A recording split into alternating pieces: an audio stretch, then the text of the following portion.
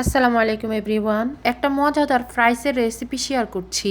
এটার নাম আপনারা দিতে পারেন fries with beef and melted cheese. এটা আমি একটা রেস্টুরেন্টে খেয়েছিলাম, পরে আবারও খাওয়ার ভীষণ ক্রেভিং হলো, তাই বাসায় বানিয়ে নিলাম। রেসিপিটা করার জন্য এখানে আমি 4টা আলু নিয়ে নিয়েছি। একটু বড় এবং লম্বা সাইজের আলুগুলা ছিল। এখন আমি প্রথমে আগে আলুগুলাকে ছিলে নিচ্ছি একটা পিলারের সাহায্যে। ফ্রেঞ্চ ফ্রাইটা করার ক্ষেত্রে যদি লম্বা লম্বা সাইজের আলুগুলা নেওয়া হয় তাহলে কিন্তু ফ্রেঞ্চ ফ্রাইটা দেখতে সুন্দর দেখা যায় এবং ফ্রেঞ্চ ফ্রাইটাও পারফেক্ট হয়। এখানে আমার আলুগুলো ছিলা হয়ে গেছে। এখন আমি একটা কাটারের সাহায্যে আলুগুলোকে ফ্রেঞ্চ ফ্রাই শেপ দিয়ে নিব। আপনাদের কাছে যদি কাটারটা না থাকে তাহলে আপনারা ছুরি দিয়ে এই কাজটা করে নেবেন।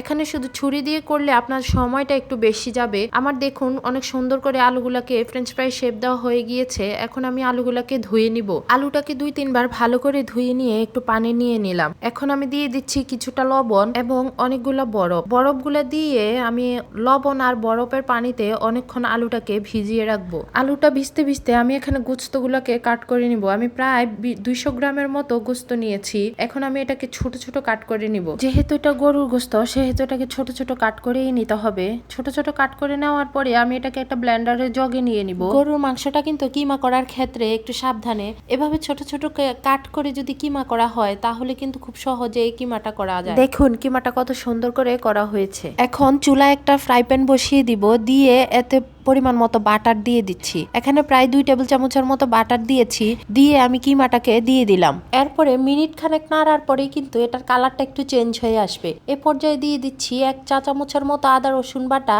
পরিমাণ মতো লবণ, এরপর 1/2 চা চামচ মরিচের গুঁড়া, 1/4 চা চামচ ব্ল্যাক পেপার এবং 1/4 চা চামচ ধনিয়ার গুঁড়া দিয়ে মশলাগুলোকে ভালোভাবে মিক্স করে নিব। গুঁড়া মশলাটা মিক্স করা হয়ে গেলে এখানে দিচ্ছি 1 টেবিল চামচ সয়া সস। এখন মিনিট খানেক সটে করে নিলে কিন্তু আমার কিমা রান্নাটা হয়ে যাবে। নামানোর আগে আমি সামান্য পরিমাণে গরম মশলা দিয়ে আমি কিমাটাকে নামিয়ে নিচ্ছি। কিমা রান্না করার ক্ষেত্রে কিন্তু বেশি একটা সময়ের প্রয়োজন হয় না। এই 5 মিনিটের ভিতরেই কিন্তু কিমাটা রান্না হয়ে গিয়েছে।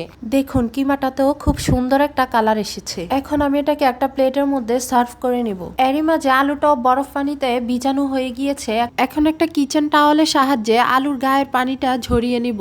এখন চুলায় আরেকটা প্যান বসিয়ে দিয়ে আমি পরিমাণ মতো এখানে তেল দিয়ে দিব। ফ্রেঞ্চ ফ্রাইটা করার জন্য অবশ্যই একটু বেশি করেই তেল দিতে হবে। এরপরে আমি এই আলুগুলাকে দিয়ে দিচ্ছি। চুলার আঁচটা এই পর্যায়ে মিডিয়াম টু হাই হিটে থাকবে এবং আলুগুলাকে আমি কন্টিনিউয়াসলি নেড়ে নেড়ে এপাট উপাট করে ভালোভাবে ভেজে নিচ্ছি। অবশ্য ডুবা তেলে যখন আপনি ফ্রেঞ্চ ফ্রাইটা করবেন তখনই কিন্তু আলুটা অনেক ভালো মচমচে হয় এবং অনেকক্ষণ পরিমাণ কিন্তু মচমচেও থাকে।